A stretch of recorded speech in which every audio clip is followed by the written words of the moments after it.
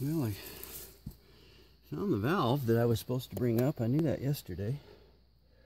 But one of the ways you get exercise is a forgetful memory, especially if you live in a two-story house.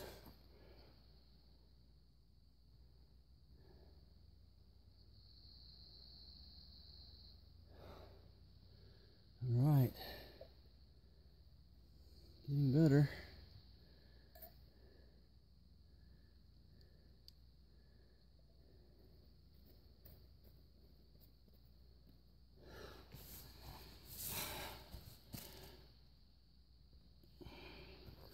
Now I hope that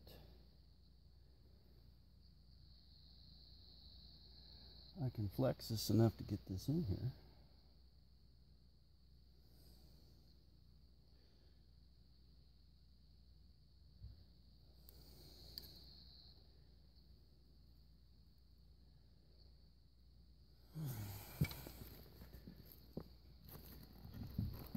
Come on, baby. There we go.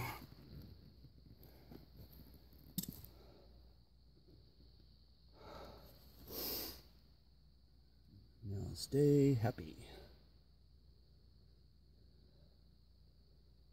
Now hold it for about 45 seconds so it doesn't slip off.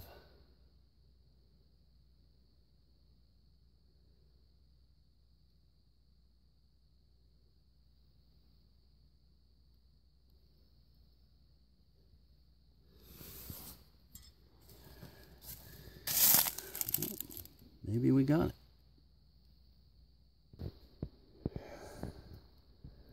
Okay, it looks like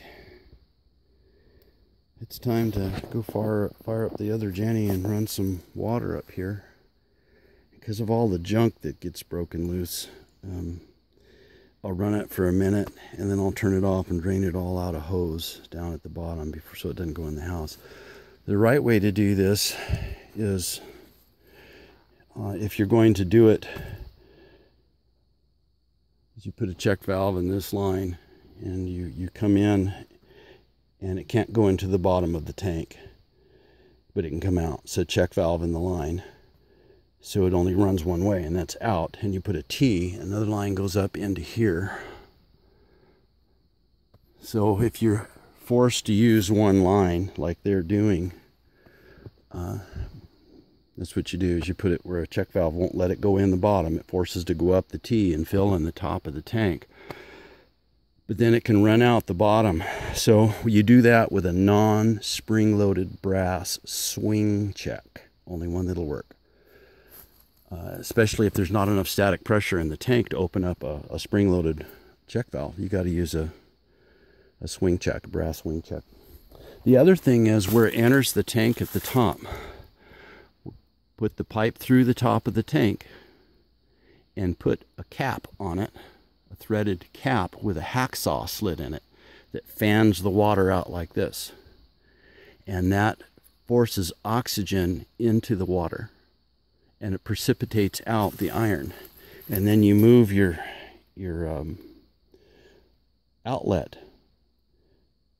where you've got a T on the inside and a standpipe so it doesn't go lower than, in this case, it's just such a small tank, I'd probably say no lower than maybe 10 inches. So the sediment doesn't go back down. The sediment just stays in the tank and doesn't go back down to the house. Maybe we'll get a chance to do that. It looks like I'm going to have to get some help because we'll have to re-level this tank. You can see it's not, it's listing. It's not going to fall off of there, but it needs to be leveled. It needs to be plumbed right. And that's what we do on most of the tanks. By putting that threaded cap on the inside, where it hits that cap and hits that hacksaw slit and it just sprays violently, that's introducing oxygen into the water like an airiator. You can even drill holes where it'll suck in air into that pipe as it sprays, and it's introducing more air. Bernoulli's principle. And getting oxygen in takes all of the sediment, especially iron, and precipitates it out to the bottom of the tank. So a lot of people are using green sand filters in areas where there's a lot of iron. And this particular well, you can't taste the iron at all. This crud you see in there is from 30 years. But down on the valley floor, there's a lot of iron. And people are using the green sand filters that are reverse osmosis. They backflush. They backflush with potassium permanganate because iron loves green sand, but it loves potassium permanganate more. And that'll backflush it out on the ground. Expensive process. Hard to even get the potassium permanganate anymore because people use it for cooking dope and stupid things like that. So it makes it hard for the rest of us to get what we need to run our ranches and so forth.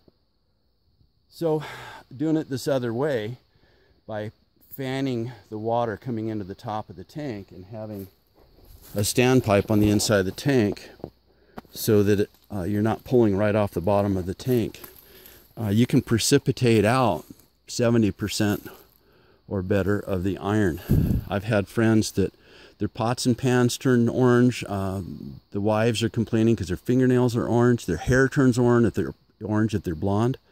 And we just put in one of these airiators in their tank and cured the problem. So that's all I know about that. Maybe that'll help somebody out. I'm going to head back down the mountain and test this thing.